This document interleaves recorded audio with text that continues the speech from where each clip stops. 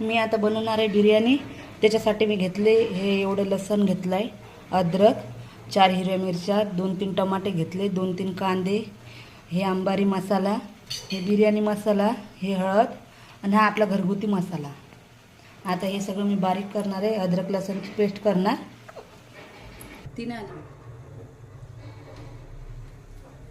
आता तेल गरम झालं. आता याच्यात मस्त कांदे टाकते करू.